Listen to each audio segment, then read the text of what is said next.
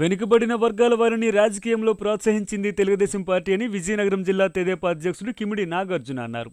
Cheepurupalli Telugu Desam party కార్యాలయంలో విలేకరుల సమావేశంలో మాట్లాడిన ఆయన, స్వర్గీయ అన్న నందమూరి తారక రామారావు నుండి ఎప్పటి చంద్రబాబు నాయుడు వరకు బీసీ నాయకులను ప్రోత్సహిస్తూ తెలుగుదేశం పార్టీ వస్తుందన్నారు.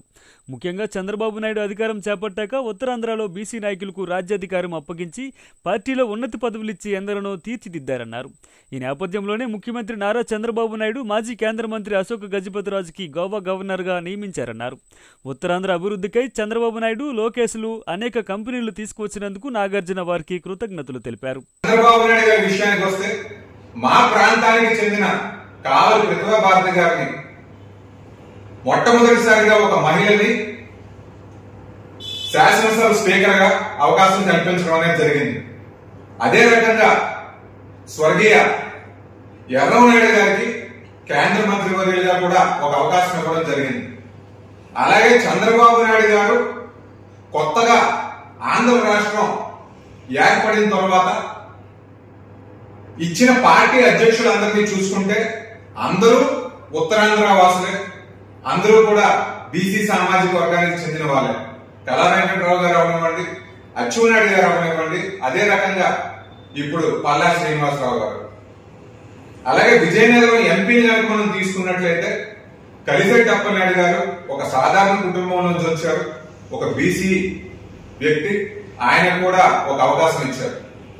మరి 3 సార్లు ఎంపీగా గెలిచిన రామ్మోహన్ నాయుడు గారికి కూడా కేంద్ర మంత్రి కింద అవకాశం కల్పించడం అనేది జరిగింది.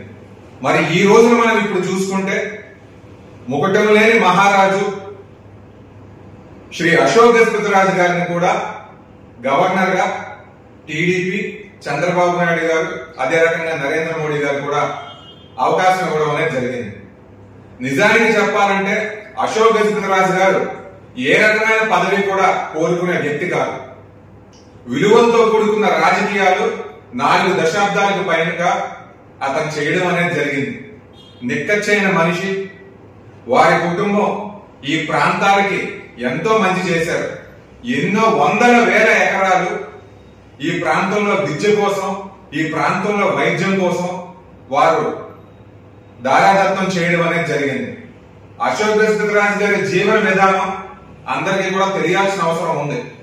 ఈ రోజుకి కూడా ఒక సింపుల్ కాటన్ చొక్కా వేసుకుంటారు, ఒక లాల్చీ వేసుకుంటారు, హంగు ఆర్భాటాలకు వెళ్ళరు, ఎవరి దగ్గర కూడా రూపాయి ఆశించరు. మరి అటువంటి మంచి వ్యక్తిత్వం ఉన్న మహనీయులకి చంద్రబాబు నాయుడు గారు ఈ రకంగా గవర్నర్ పదవి ఇవ్వడం అనేది కూడా వారికి మా ప్రాంతం పట్ల ఎంత అభిమానం ఉంది అన్న సంగతి తెలుస్తుంది. అలాగే ఈ ప్రాంతం యొక్క అభివృద్ధికి వస్తే నారా లోకేష్ గారు టీసీఎస్ అవనివ్వండి, గూగుల్ అవనివ్వండి, కాగ్నిజెంట్ అవనివ్వండి, ఆ రకమైన సాఫ్ట్వేర్ కంపెనీలు తీసుకొచ్చి ఇక్కడున్న యువతకి అవకాశాలు కల్పిద్దామని చూస్తూ ఉంటే, చంద్రబాబు నాయుడు గారు ఈ ప్రాంతంలో భోగాపురం ఎయిర్పోర్ట్ తీసుకొచ్చి, ఎన్టీపీసీ తీసుకొచ్చి, అదే రకంగా విశాఖ స్టీల్ ప్లాంట్ యొక్క ప్రైవేటీకరణను ఆపి రైల్వే జోన్ ని వచ్చేలా కూడా చేశారు అన్న సంగతి ఈ సందర్భంగా అందరికీ తెలియజేస్తున్నాం.